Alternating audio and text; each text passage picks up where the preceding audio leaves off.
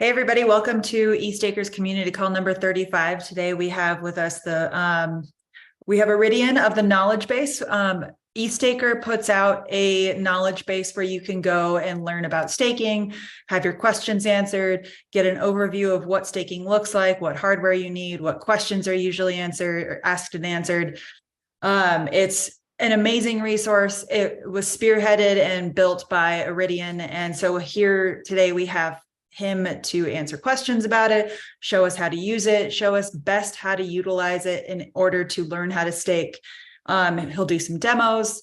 And so I'll just introduce everybody real quick. Going from left to right on my screen, we have Rudy from Wholesome Crypto. We've got from EthStaker, we've got Remy, Superfizz, Buddha, Yorick, and Nolan. Iridian, who heads up the the knowledge base, and Andy from EthKipu, who maybe can introduce himself, but he's heading up translation efforts for that knowledge base. Cool. You want me to introduce myself? Yeah, it would be great to. You're part of EthKipu, which is associated with EthLatam? Yes, correct. So, after DEF CON, there was like a good excitement on LATAM communities, and like there was already a few events like called like EthLatam, and that's kind of like the community event, and that's kind of like the brand that is going to maintain. But the community of communities in Latin America, it's called EthKipu. And there's like a lot of like country leaders like from each local community, each local country, like I'm from Costa Rica, that we collaborate in different initiatives. One of these initiatives is like we want to help Ethereum decentralize and bring more nodes in geographic diverse areas, in particular Latin America, because we realize we're like 0.5% of the staking in the world. And yeah, I think it's important.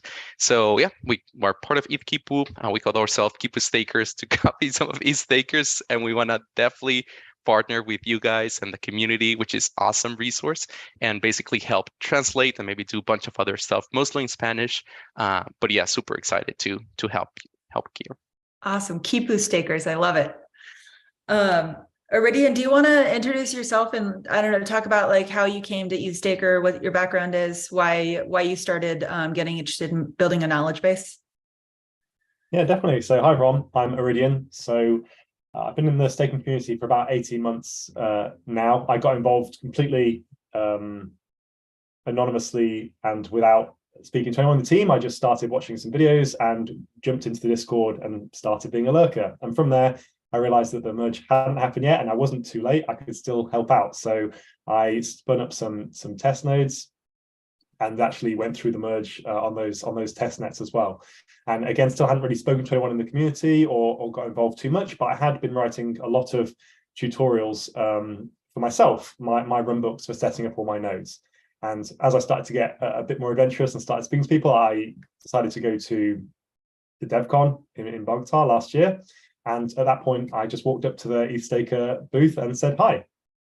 And from there, I said, I've got this idea. I'd like to work on a knowledge base, actually use some of these articles and collate some of this information together that I found difficult to discover when I was going through this journey myself.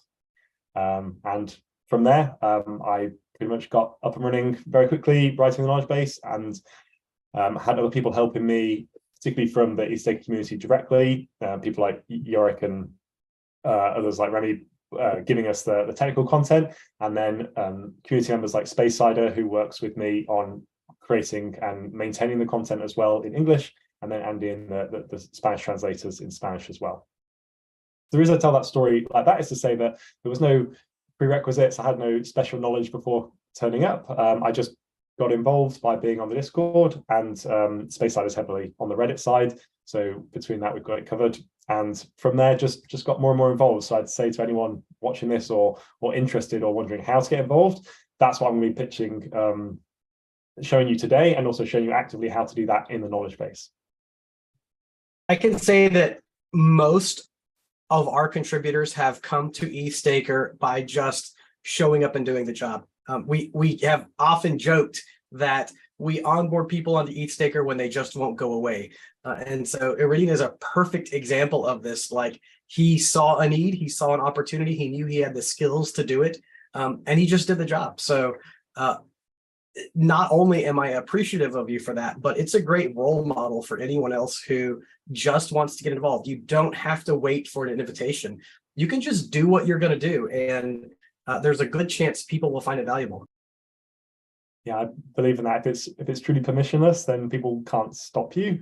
And as long as you're acting with the best intentions, you can go quite far. So that's why I hope I've been helpful to people with the knowledge base. And the knowledge base is quite an interesting one because it's relatively passive. It's not like you get active feedback on it all the time, but it has been really nice sometimes when I've got Discord messages with screenshots from someone saying, "Oh, here's a screenshot of my partner with your guide on how to install Linux," and they're setting up their own home node from the EthStaker knowledge base. And it's a small thing, but that meant a lot to me. So awesome. Yeah, we hope other people take inspiration from this, because this is what we aim to support. Just anybody who produces things that further the staking space.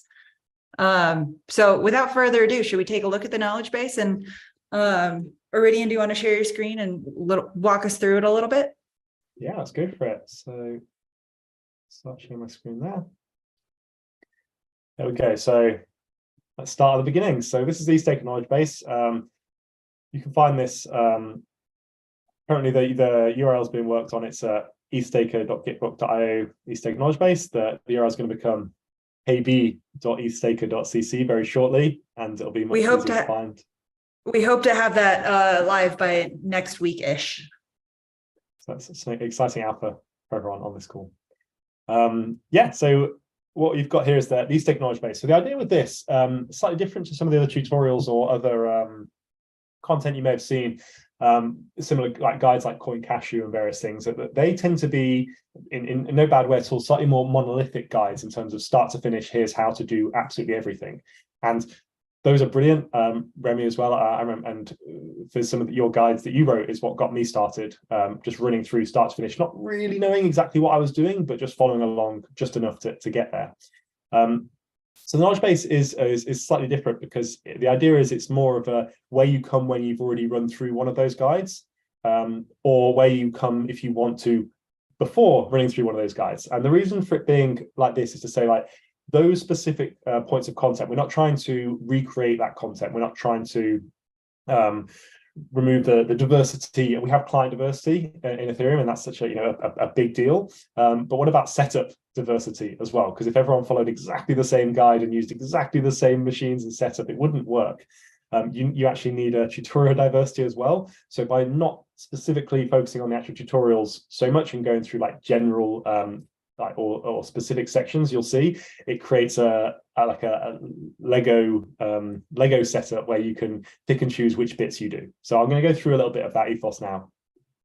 But just to start with, is to say the ETH knowledge base is, as with everything EthStaker, welcoming first and knowledgeable second. So there is a code of conduct that has been written as well, and that talks about be welcoming. It's not about trying to write in a superior way or make people ashamed for not knowing anything. It's about writing in a really friendly and inviting way. And then some other important points is that it's an unbiased open source collection of useful information and concepts about Ethereum staking. And that unbiased part is really important for the knowledge base itself, because we're not shilling anything. We're not particularly promoting anyone or any individual. We're just saying this is the information. You should do with it what you want, but it's trying to be as unbiased as possible, which I think is great. It makes the writing sometimes a bit more interesting, but it makes it agnostic, and I think that's really good. So, okay, I'm just gonna say something real quick. I think that getting translations and getting like diversity in all of the writing, the inclusion is important to begin with, because we already do have nodes all around the world, but they are concentrated in the US and Europe. And systems tend to be built for the people who are benefiting from those systems. And so making sure that things are as diverse as possible in the beginning of that is the best way to make sure that it's going to be decentralized long-term. So I love these initiatives. I love that you're thinking about this really early on. Yeah, I think that's super important. And my thoughts on this at the start was a lot of people find themselves, they're feeling late. If you're joining Ethereum today, well, then aren't you like 6, 7, 8 years late to the party? It's like, well, that's not the right way to look at it. You're actually always at the start. And when I came in, I was like, well, everything's already been done, but staking, the merge hadn't even happened when I joined. And even now, withdrawals only just happened last week. You're always at the start. You just need to find the area where you can help out in and have a positive impact. So I completely agree with that. I still feel like staking is in such an early stage right now. I feel like people who come in right now are still early to staking, because staking is dominated by a few players who are crypto native, got early into the space, and institutions are going to want to come in and stake. Universities are going to want to come in and stake. Your work who has extra money, who doesn't know what to do with, is going to want to come in and stake. Like, there are a lot of people who have not staked yet, because this has been really categorized as experimental technology before withdrawals were enabled. Like, people were just depositing money into this, not knowing when or if they would ever get it back. And now that withdrawals are enabled and this is a complete proof of stake system, this has been a complete proof of stake system for 1 week. Yeah, and that's exciting. I think yeah, definitely. If people take that message away, like you are at the start, don't feel like you're late or that you're watching something as a passive or like outside observer. Like, we're all part of this at different stages. So So let's jump in then and talk about, well, what information can you actually get from the knowledge base that can't be found elsewhere or is more specific to the guides. So the different sections, one of the most important ones, this is just a summary at the start, is to explain all the different sections in general. And there's also things about like contributor Git perps as well. So if you do contribute in various ways, you can be get a Git perp, your reward. And there's just information on how to contribute. Hey, Iridian, what's a Git perp? Git perp, it's a perp, but it's more specific around contributions. So it's a record you can use a bit like your digital badge, digital like a resume. Like a digital resume, yeah. So you can say, I did this, and it's more like a piece of work focused. And yeah, if you support the knowledge base, then you can be part of that as well. So if we jump into, sorry, any other points? Okay, let's jump into some of the really useful parts. So if you're like, okay, it's great that all the ethos and stuff, but I just want to find some information out. Well, then come to the staking glossary if you just want to have a run through of all the information you can find specifically related to staking. So there are a lot of glossaries around. There are glossaries on their ethereum.org. There are glossaries across various different sites. But what if somebody went and took all of those glossaries from all those different sites and put them into one place? And that's what you're looking at. So I went and did that because it's all the glossaries I pulled from was all open licenses, and I've got sources for any of the points I pulled in. But it's to say, well, let's collect them all in one place where people can find it more easily and then link out to the sources. So this goes into a huge amount of detail on various things like what an attestation is, if you've ever been interested, explaining the structure of, they're called these are the components, but like how it's structured. There's also things like duties, like what is your validator actually doing? These are things you might see in logs with your like aggregator, and it's like, well, what does that mean? Everything from like what is the beacon chain, what is a block? So it goes into like really granular detail, explains slightly more complicated concepts like orphan blocks as well, canonical chains, chain heads. So if you've got any technical point around staking that you're not sure what it means, come to the glossary and check it out. And what's important about the glossary is that it's all cross-reference linking. So if you find something like there's committees and it talks about sync committees, then you can jump to it. So having it cross-reference as well means that you can actually learn from it by just reading through and not get lost in like, okay, I don't understand that. So you can keep jumping through it. I like this. I'm thinking about it like kind of on a spectrum, where like on one end of the spectrum, we've got ethereum.org. On the other end of the spectrum, we have Ben Edgington's ETH2 upgrading Ethereum book. Yeah. Ethereum.org is geared towards total beginners. What is Ethereum? I would like to start getting involved. Ben Edgington is, I am an expert and I want to know what the code behind this function is. And this gives a good entry point to, okay, I'm familiar with Ethereum. I'm familiar with staking. I want to learn how to do it now. And I want the specifics without having to understand like really deep concepts and be a developer. Exactly. It's a hub for people that are actually either staking right now, just about to stake, or want to learn how to do it. It's the active part. And I think it needs to be pitched at that level, which is how it's also written exactly like that. There's no pre-knowledge required, but it does also explain it in friendly detail. So that's the glossary, and I'll talk more about the friendly tone and who it's for a bit more. Things like the validator queue. This is quite interesting right now because the validator queue is the entry and exit queue. So it's the same. They are separate queues, but the maths behind it is the same. So it just explains how the queues expand and contract. Okay, so we talked about the glossary then. The glossary is all the terms, but the FAQ is a bit more pointed. These are a bunch of very specific questions that people have asked, or I asked, which is how it started. It's like, well, I want to know these answers, so I'm going to write them down. And this is when I said people like Yorick and Remy were great, because I'd look in the chats and see them answering the same questions every day. And I was like, okay, this needs to be pulled into the FAQ. And that's what all of this big list of questions has come from. And this, again, the FAQ, it's more of a directory routing. So if you're worried about like, can I stop my validator for a few days and then start back up again? Yes, but with small penalties. And then if you go to I'm worried about downtime, it'll take you off to a larger article explaining about downtime and what you need to be worried about, or hopefully not. That's definitely the question that I hear the most when people are coming in and getting interested in staking. Yeah. My internet isn't perfect.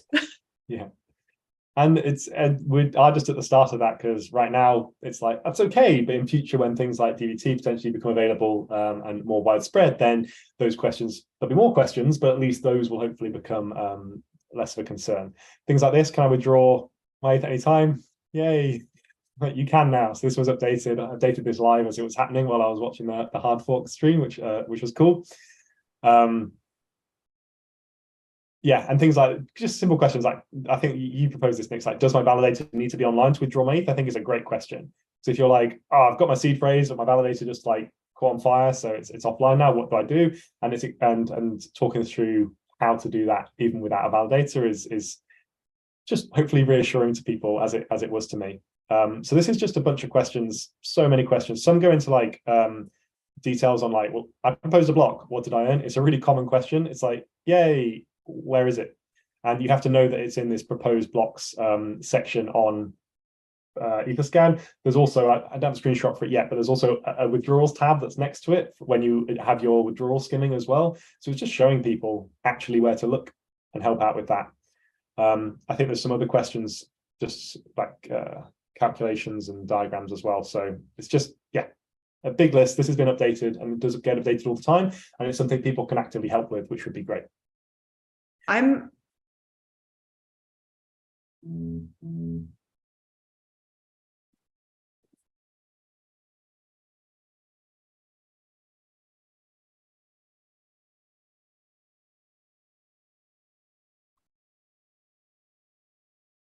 Yeah, I'm really excited for when we can start like gathering metrics about page specific like visits, because then we'll be able to see like what people specifically need help with, what they're visiting the most, what they're finding useful.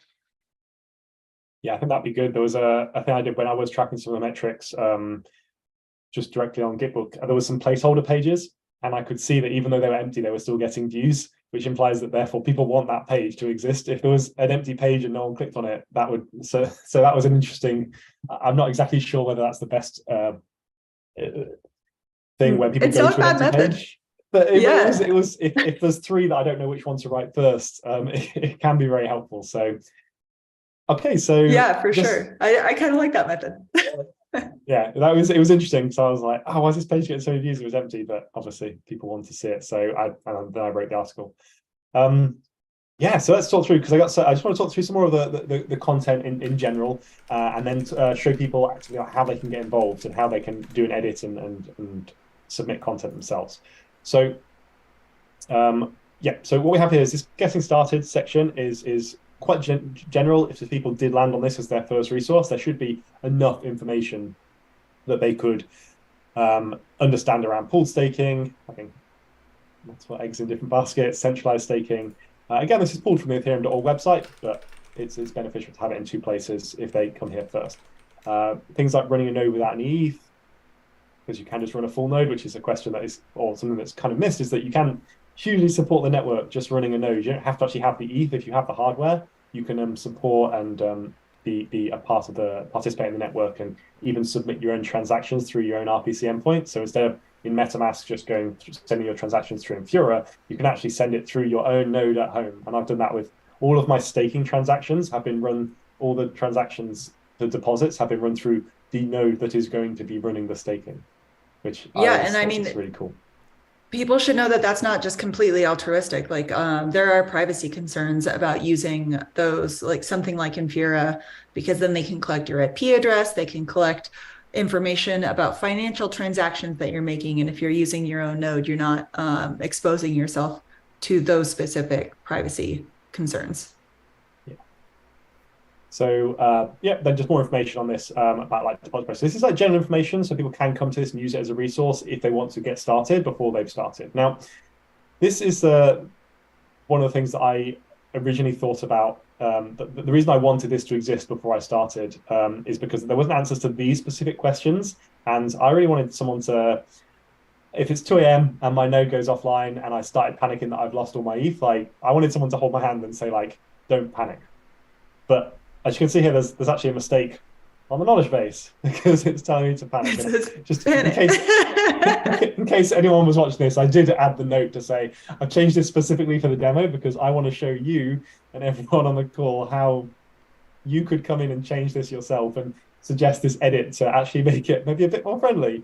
So we're going to go through that demo now and then jump back to some more of the content afterwards. I thought that'd be a nice segue into Awesome, that. yeah. So there is, because we have a GitHub Gitbook community license now, we're allowed to have as many people join as editors as we want, which is great. And there's also an invite link similar to a Discord invite link where you can join and become an editor. And that's just an open link. And what that means is that you can then, if you click on the link and go through it, you'll have to type in your email address and you get sent a link that says confirm your email and you click back. And then once you open that link from email, this is what you'll be seeing. So let's go. I'm going to join the organization EthStaker in the Gitbook aspect. And when you open this up, you'll see that there is one thing inside the team library, one space. And inside of that, there are two areas. There's English and Spanish. Now, English is main just because of the way the Git repository is structured, and then Spanish is a branch off that. And that Andy with the translations has been really helpful because then if there are any changes made on main, you can actually do like a side-by-side comparison and say like, well, is this a brand new page and should we pull it into the Spanish branch and then translate it, or and it just gives you a bit of version control and source control. Otherwise, it would be very hard to maintain a Spanish translation if it was just, all right, we had the fork point where we split them and now they just run in complete different directions and we can never keep track of it. So that's why there's two like this. So if you want to contribute to the Spanish side or the English side, you just click through here. How would you go So about I just creating a new language, like a new translated language? Yeah, okay. That's a bit more involved because you have to be an admin and do some things in Git to create branches and spin up pages. So it can be done. You just have to ask. I've seen some interest in doing French, and I might want to get involved in helping with French as well. Just yeah. So I just yeah. want to highlight that engagement opportunity there. If you speak another language that's not on here yet, it's not English, it's not Spanish, you can contact Iridian to try to get that language in there. And once you start translating things, there's going to be a community of people who need those resources. And so you are welcome to go create like a Gitcoin grant and say, hey, I have already started. Here's what I've done so far. I want to translate this into Turkish. And I guarantee you people will be like, that's awesome. I want to donate. And you can create basically your own job if you want to be a translator. I don't know how much like it probably won't pay full time, but it could be a good hobby that could make you part of the Ethereum community in a way that pays you a little bit. Yeah, definitely. And to contact me directly, loads of different ways, but also there in the EthStaker Discord, we do have a knowledge base channel, knowledge-base channel in there. So that's the best way to just reach me or just at Iridian in that channel. It is the best way. So that's the EthStaker Discord, EthStaker Discord knowledge base channel. Yes, and that's the best way. We also just that's where I tweet new articles and talk about general things that could or should be added to the knowledge base in our public forum. So that's where you can, if you just want to get involved passively or as a lurker, that's the place to go. Also, please comment. So yeah, so what's happening is now, so I've gone into the English side, so I'm going to change something that we saw was wrong. So it does use Git and these change requests in Gitbook if you've not used it before. So I'm going to show you exactly how it works. So right now we're going to go down to my validator is offline and we're going to see the mistake. And now I want to edit this. I'm in a new kind of like testing account. So here we go. So you click edit and it loads up and I'm an editor now. So I'm going to say like, I'm going to name this, it puts you straight into the editor and I'm going to name this and it calls fix mistake. And here you can see actually this should be don't panic. To make people a bit happier. So there you go. So I've made that change now, and that's it. I'm pretty happy. It was a small change, but that's all that was needed. I could preview it if I wanted to, and it would show me a live view in a different tab, or I can just submit it for review, or I can archive it if you don't want it anymore. You can archive it. You can't delete them, but you archive them. So I'm going to submit it for review now, and like I can say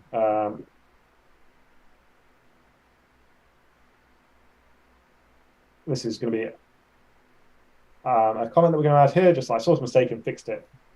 And then I'm going to submit it. So that's it.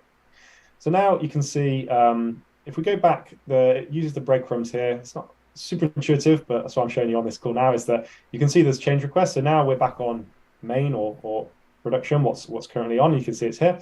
If we go on to change requests with a little blue dot, you can see that there is one in review, and that's fixed mistake. And you can see that's my little user there. Oh, that's cool. So with that, that little toggle at the top, change requests, you only see that if you're logged in and have joined this organization? Yes, exactly. So if I go back to what you'll go onto the website now, you'll just see this. I'll show you the full admin view. This is the full admin view as an admin, so I get like a bunch more stuff as the admin.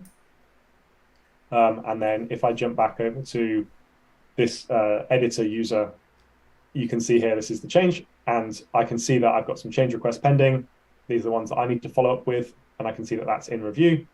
If I click on it, I'm actually now in that fixed mistake, and I could carry on editing it. So it's like a branch, if you're familiar with Git, or it's just, so it's not live edits on a page. You can make, so if you wanted to add a page, for example, on here, now we're in here, you could actually click into this. You could add a whole page called like add new page, add loads of content here, submit a whole page for review, and do a bunch of stuff at the same time. Ideally, you try and keep the changes as small as possible so that they can be reviewed more easily. But this is how you would do it. And then you can also, you have full control in your little edit version. So there you go. So we fixed that now, and we're waiting for this to be reviewed. So I'm going to jump back across to the admin version. So I'm just going to grab a drink a second. So in the admin version now, I should see a notification, and I think I've got an email as well. And it says that, well, I'll see the notification, but I don't know what data actually shows in there. So I can see that there is something in review, and it says fix mistake. So I'll go into that now. And this is me reviewing the content. And Andy, hopefully this is useful for you, because this is what I do for all the Spanish ones. Now, not that I can necessarily understand the Spanish aspects of it, but this is what I've been doing. And this is going through it now to show how the admin works. So hopefully that I can make more people administrators as well to help me with this. Okay, so there you go. I can see the edit now, but okay, but how do I know what's changed? Because it's a whole knowledge base and you changed one line. So what's different? So you see here, you've got this diff view, and it's just changed. So you can see down here, there's a little blue dot.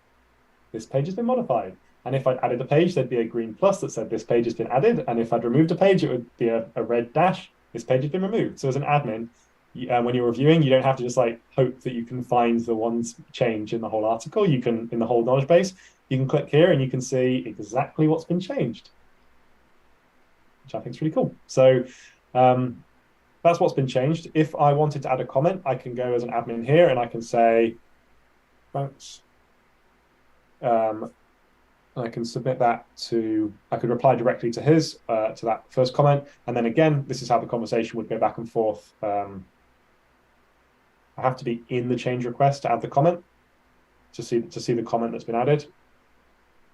And again, you would see that in your notifications pop up. But you can see, so you can have a conversation directly on it, which has been quite useful when you're discussing specific content. And then, yeah, if I'm happy with this, I can just click merge. And this is me in my admin view, clicking merge, and you can see it's syncing. And what that means is it's actually syncing to GitHub. So it's pushing the changes up to GitHub as well. So you can make the changes directly there if you want to, and make a pull request and do all of that. I love this user experience. It's so much easier than going through GitHub. GitHub is very much geared towards developers, and I find myself sometimes confused going through the process of submitting a pull request. And this user experience of editing instead of pull requests as just like a psychological thing, yeah, I think works a lot better. It's great, yeah. I mean, it took a little bit of time to understand all the nuances, which is why it's great to show you all as a summary right now how it works. But what's neat is that this is the website, and it just updated. I didn't even have to refresh the page. It just pushed those changes directly onto the page. So now it's back to what it should be, which is don't panic. And there you go. We've made a full edit. So if we come back across to here, you can see that if you were on this, it says merged. And nice. If we go back to here now, we can see change requests. We can see merged, and you can see what's been merged can see all this content that I've been working on and Spacesider was working on as well. So yeah, you can see everything. In the past, you can look at all the changes and see the content that's been added. So there you go. That's how easy as it is to get involved. And yeah, I'd love to see more people contributing, even if it's just simple spelling mistakes and small changes, up to and including adding whole pages. So let me show you an example. We go down to here. So this is the hardware example page. I need to add that in. But you see, this was the page that I made to show how I actually physically built my box with very detailed screenshots in case anyone's wondering. When people say set up your NUC, what does that mean? I just showed them exactly like how do you put your cards in and like physically how you do it. And then someone also did the similar thing. They kind of copied that template and showed how they set up their box as well. So that's the idea. That's community added content that was done through Git, but could also now be done through Gitbook as well. Nice. So, Iridian, what's the biggest need right now for like new pages or sections or guides? What do you see as like something that is really needed in the knowledge base right now? Yeah, so it's help with questions and like the basic stuff like questions in the glossary and the FAQ. Content for the glossary and questions for the FAQ would be really helpful if there's that's a great way to get started, because you can also just ask a question in the channel. And then if you ask a question, say, hey, this wasn't in the knowledge base, but I really want to know the answer to this question, then we can get that added in and you can be given a contributor Git part just for that. In terms of slightly more detailed content, anything around like hardware was a good example to add other people's setups. Also around if you've got any specific things that you do that are quite interesting, like, I mean, in here we've got, I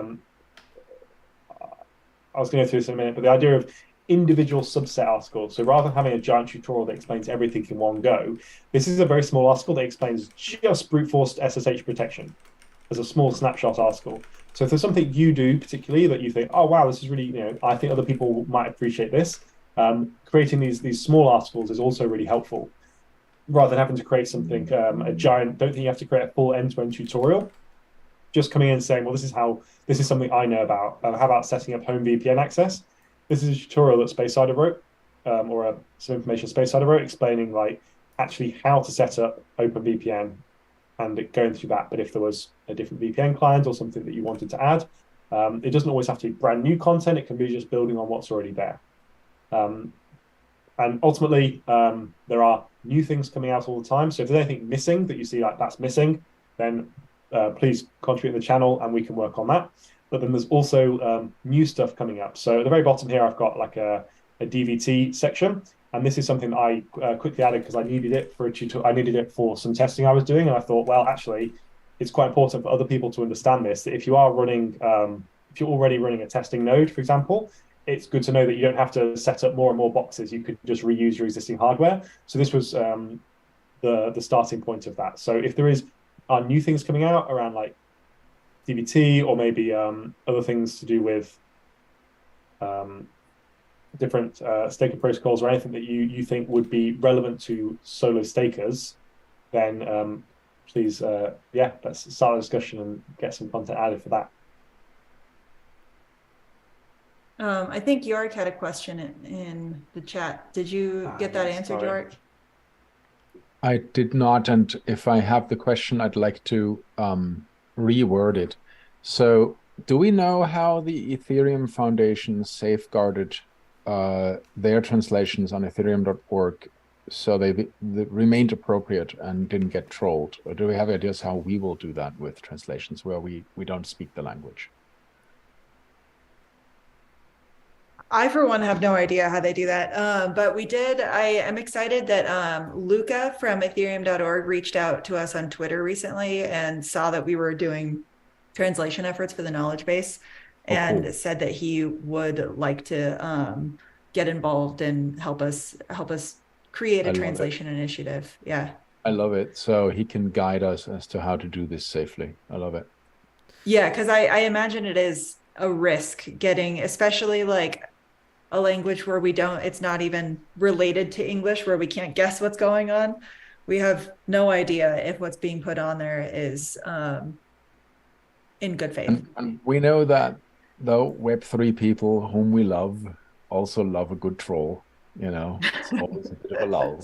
So I'm guessing guess at some point you might need some kind of leader on each language, just so that he can some sort of review trusted and, contact. yeah.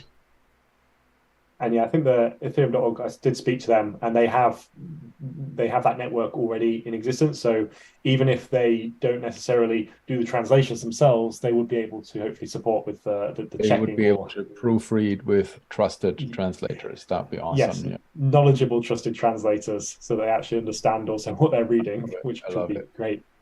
So yeah, I was speaking to is it Paul, I think, from the Ethereum.org. Yeah. We could actually use something like AI to check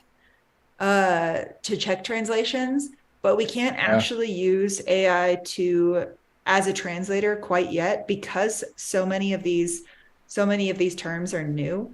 And like even the other day I was defining the word staker, and Fizz and I had a conversation about this, because the way that I define a staker is anybody who's staking. That's somebody who's holding a liquid staking token, whatever. So I put out and Fizz was like, "What? No, they have to be running a validator."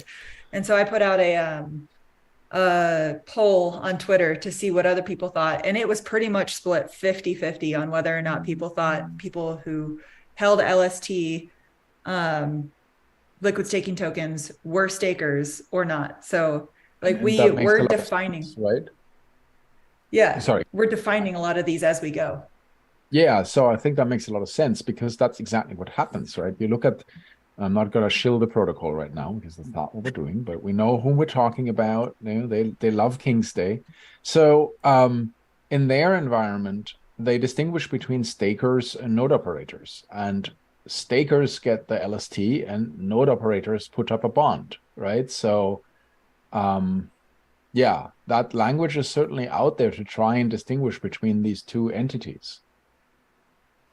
Yeah. I was going to say, like, if I were to add more into that, like, complexity is like, there are terms that you could translate literally, but that doesn't make sense to do so because it becomes confusing. So like stakers, like there are ways in which we can translate it to Spanish, or beacon chain, but we're just so used to just saying that word in English that I think it's not worth it. And that's where also like there's this like trade-offs and decisions, and like you can use ethereum.org as a reference, but at the end, like what's the most clear to communicate the ideas? I think it's the element that we want to get to. And if we really want to be inclusive, we have to take into account like cultural references. And so an AI isn't going to know the like ins and out of cultural references and like really speaking to a person like a native quite yet. Maybe soon. I don't know. AI is moving so fast, but we still need the human behind that translation. But yeah, maybe we can use AI in the future to make sure that we're not getting trolled. And as you speak about culture, like I can speak about the French culture. There's different regions on the world where people speak French, and like each culture has its own preferences. Like in France, they like to use words from other languages and include them into their own vocabulary. But like in other regions, people are very aggressive in creating new words for whatever new terms are being created in English instead of using those terms. So like it's quite hard to figure out exactly what you want to do there. Yeah, that makes a lot of sense. Iridian, is there anything else you want to show us going through the knowledge book? Yeah, it was just to touch on the last point that I think I kind of missed when we did the demo, was to say like this help section is designed. The ethos was if it's 2 a.m. and you're scared, or you don't know what to do, and maybe no one's on Discord replying immediately, there should be somewhere that you can go to that at least gives you a rough idea of what's happening. And that's the language that this is written in. It's like, don't panic, like it's okay. And then like missed attestations is quite a good one, because at various times during the protocol upgrades and various things have caused attestations or even block proposals to get missed. And then this is explaining in great detail, like, well, what can you actually do? And maybe there's nothing you can do.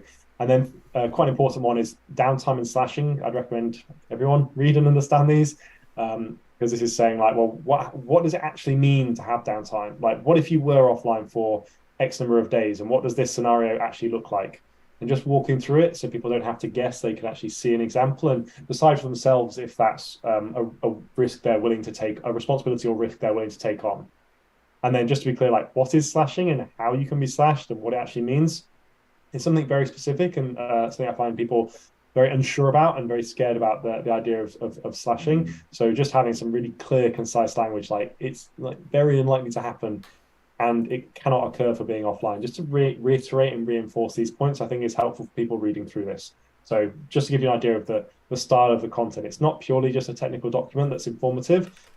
It's actually like a helpful, friendly guide, which is important for the tone. So, but yeah, otherwise there's just a bunch of tutorials, like I said, like really sometimes quite detailed, explaining little pieces of how to get set up. And that's that's all the content for now. I'd recommend everyone actually look through it and see if there are any mistakes or anything you want to add, particularly, as I said, to the glossary, the FAQ. If something's not clear or you have a question, that'd be great. Sweet. York, do you want to say something about the about credentials? At length.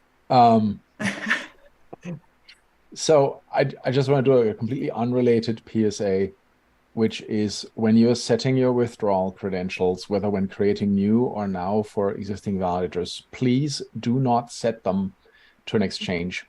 The reason is you don't get your ETH, right? We've had 3 users now come into Discord who have done this. They were like, well, I'm going to sell it on an exchange anyway, so why not shortcut this? Why send to a ledger and then to the exchange?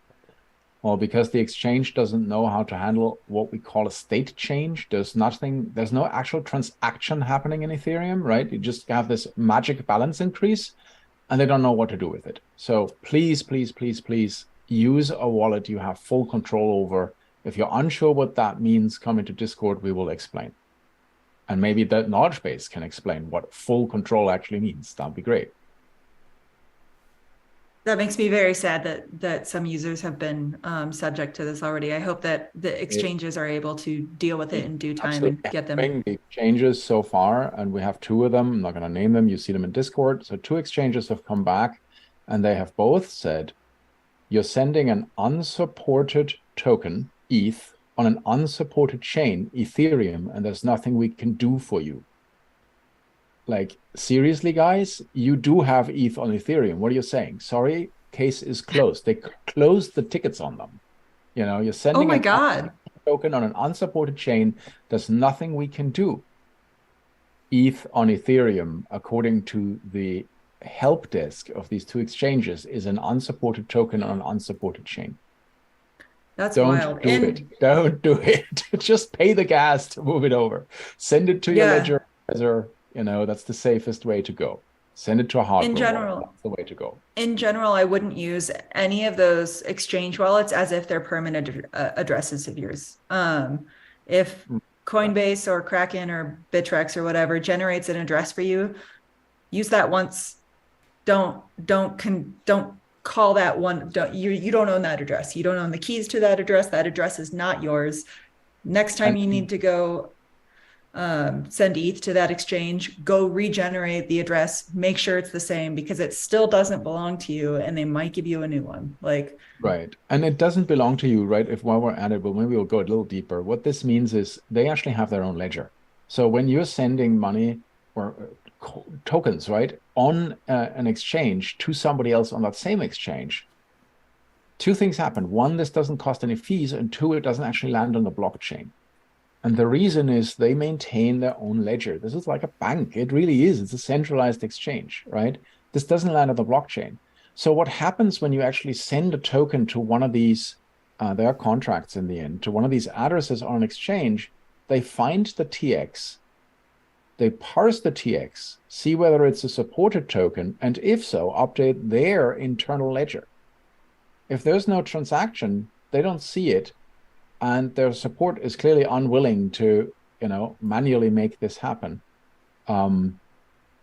So yeah, bad times. Well, that's a pretty good PSA. Iridian and Andy, I wanted to thank you guys. The rest of EthKipu, Space Cider, who is also a major contributor on the knowledge base, who isn't here because he's anon. But I wanted to thank you guys. You guys are doing an amazing job on that knowledge base. It is such a wealth of information. It's so valuable to have everything in one space and like not be sending people to a guide and then a different website and then a different resource. It's just really good to have this central place for them to go and get all this information. Brilliant. Enjoyed working on it, so thank you. Yeah, happy for this effort. Awesome. So we do have a POAP for today. I will put it in the YouTube chat. It is the minimum you can use on POAP checkout, which I think is 0.001 ETH. I'll also put it in the YouTube description so that anybody can come for the next couple hours and mint that. I also posted it in the Zoom chat for participants.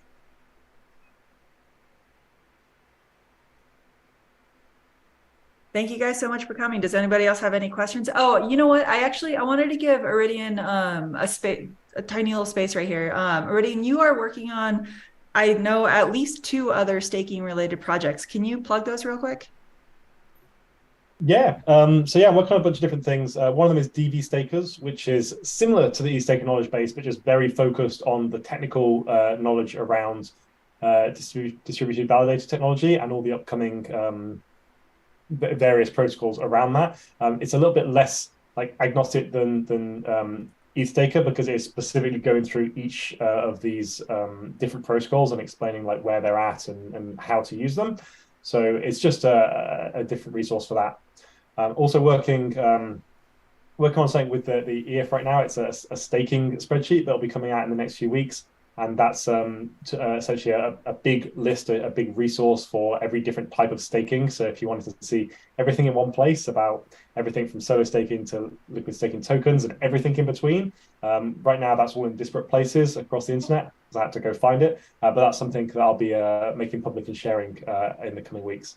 And finally, there's something called ETH Plus, which was actually just a hackathon that I worked on at ETH Denver. And it's this idea of like a liquid staking token basket. And that's something that I'm working on with the Reserve Protocol team. Again, just as a hackathon project to see where that goes. But I think it's, again, really interesting to be part of the staking space and to learn more, a little bit more about LSTs. Cool. And where can people follow you and follow your progress on these things? Yeah, so Iridian Alpha on Twitter is the best place for that. My Twitter handle, I can paste that in the knowledge base, so people can find me there as well. And that's the best place to track all of these things if you want to find out about all these disparate projects and also anything that's coming up in the staking world. I'm trying to keep track of a lot of it as well. So that's the plan. Thank you. Cool. Well, it was great to hear about the knowledge base. Great to hear about your other projects. Thank you guys so much for coming and explaining to me, explaining to the community what is going on here and how they can contribute. Thank you everybody for coming. Thank you. Thanks everyone for your time. Thanks, everyone.